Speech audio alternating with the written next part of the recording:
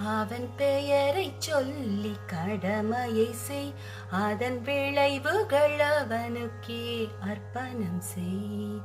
அவன் பெயரைச் சொல்லி கடமையை செய், அதன் விளைவுகள் அவனுக்கே அர்ப்பணம் செய். எவரதை செய்தாலும் அவன் அறிவான், அந்த எண்ணத்தின் தரம் கண்டு பலன் தருவான்.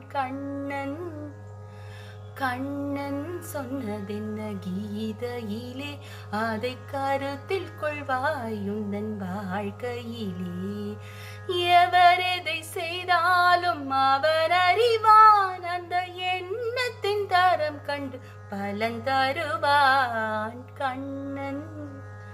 கண்ணன் சொன்னதென்ன கீதையிலே, அதை கருத்தில் கொள்வாயுந்தன் வாழ்க்கையிலே.